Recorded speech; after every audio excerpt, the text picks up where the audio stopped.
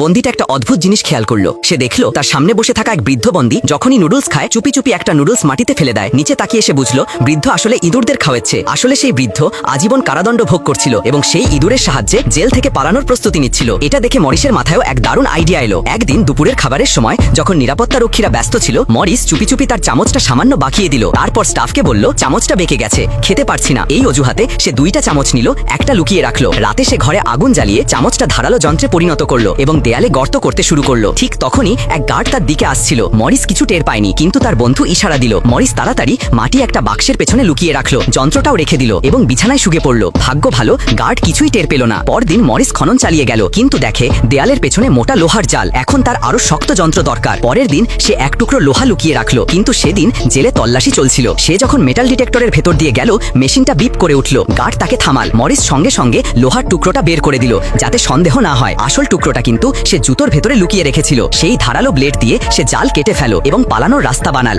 তারপর ভেজা খবরের কাগজ আর পুরনো কাপড় দিয়ে নিজের মতো একটা পুতুল তৈরি করলো। নিজের চুল কেটে পুতুলের মাথায় লাগিয়ে দিল, যাতে দেখতে হুবহু তার মতো লাগে। পুতুলটাকে বিছানায় শুইয়ে সে টানেলের ভেতর দিয়ে বেরোতে লাগলো। কিন্তু বিপদ তখনও শেষ হয়নি। রাতের পরিদর্শনের সময় গার্ড তার নাম ডাকছিল, কিন্তু মরিস তো ছাদে উঠতে ব্যস্ত। গার্ড জানলা দিয়ে দেখে ভাবলো মরিস ঘুমাচ্ছে। তখন তার হাত থেকে লাঠি পড়ে গিয়ে শব্দ হয়। মরিস না নড়ায় গার্ড সন্দেহ পেয়ে হাত দিয়ে ছুঁয়ে দেখতে চাইল, কিন্তু ঠিক তখনই মরিস ফিরে এসে বিছানায় শুয়ে পড়লো, কারণ সে তার বন্ধুদেরও পালাতে সাহায্য করতে চাইছিল। পরদিন জেলারের সন্দেহ হলো। সে ঘর তল্লাশি করলো, কিন্তু কিছু পেল না, কারণ মরিস আগেই টানেলটা রং করে রেখেছিল যাতে কিছু বোঝা না যায়। দুপুরে মরিস তার বন্ধুদের বলল আজ রাতে পালাতে হবে। রাত নামতেই 3 বন্দী চিমনির ভেতর দিয়ে ছাদে উঠলো। সার্চ লাইট এড়িয়ে ধীরে ধীরে এগিয়ে গেল। উঁচু জালি টোপকে পার হলো এবং আগে থেকেই বানানো লাইফ জ্যাকেট পুলিয়ে নদীর পথে জেল থেকে পালিয়ে গেল। সকালে গার্ড যখন মরিসকে ডাকলো আর কোনো উত্তর পেল না, দরজা খুলে দেখে বিছানায় পড়ে আছে একটা পুতুল। এই দৃশ্য দেখে সে হতবাক। পুরো জেল ঘেটে ফেলা হলো, কিন্তু 3 জনের কোনো খোঁজই পাওয়া গেল না।